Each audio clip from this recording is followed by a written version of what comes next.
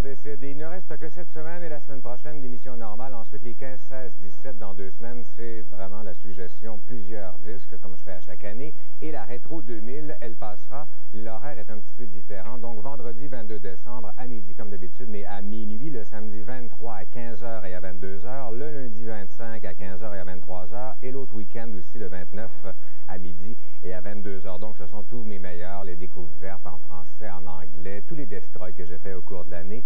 Donc, ce sera la Rétro 2000. Aujourd'hui, je détruis l'exécrable album de Linda Lemay. Mon invité est Richard Petit. Ça devait être mon invité il y a une couple de semaines. Également, Garou, Wagner Muscle, Ricky Martin, Super Pulse, The Offspring. Et pour commencer l'émission, le nouvel album d'Okoumé. Nouvel album qui s'appelle Plan B, leur deuxième album. La pochette est assez flyée, soit dit en passant.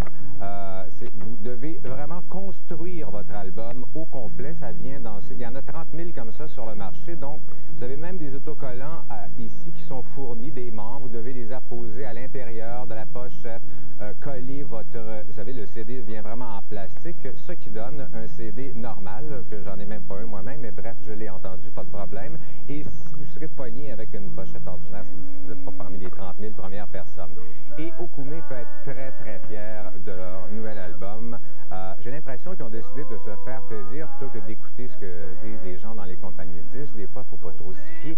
On est mieux de suivre son feeling et ça donne d'excellents résultats. C'est un album qui est audacieux, très, très diversifié. Et enfin, il y a un groupe d'ici qui vit en l'an 2000. Ils ne sont pas en 1973, eux autres, comprenez-vous. Là, ils écoutent la même musique qu'on sont au diapason mondial. C'est un défaut qu'on a ici au Québec, malheureusement, d'être un petit peu trop confiné dans notre monde.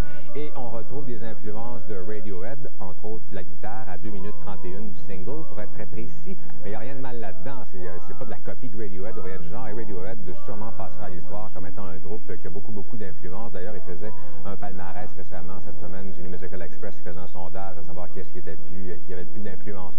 Aussi, il y a d'autres genres, il n'y a pas juste ça, il y a un peu de genre de pop française, très 60s, quasiment à la Gainsbourg, qui s'appelle Expert Canin. Jean Leloup est parmi les influences, parce que c'est un très, très grand musicien du Québec, Jean Leloup, bien sûr. Et on entend du reggae, du dub, il y a du rapcore techno, une chanson qui s'appelle Un homme de mon temps. C'est comme du Rage Against the Machine, mais pas vraiment la même chose, avec un petit rythme techno. Bref, il n'y a pas 2 chansons pareilles sur l'album d'Okoumé. Chaque chanson a son propre univers.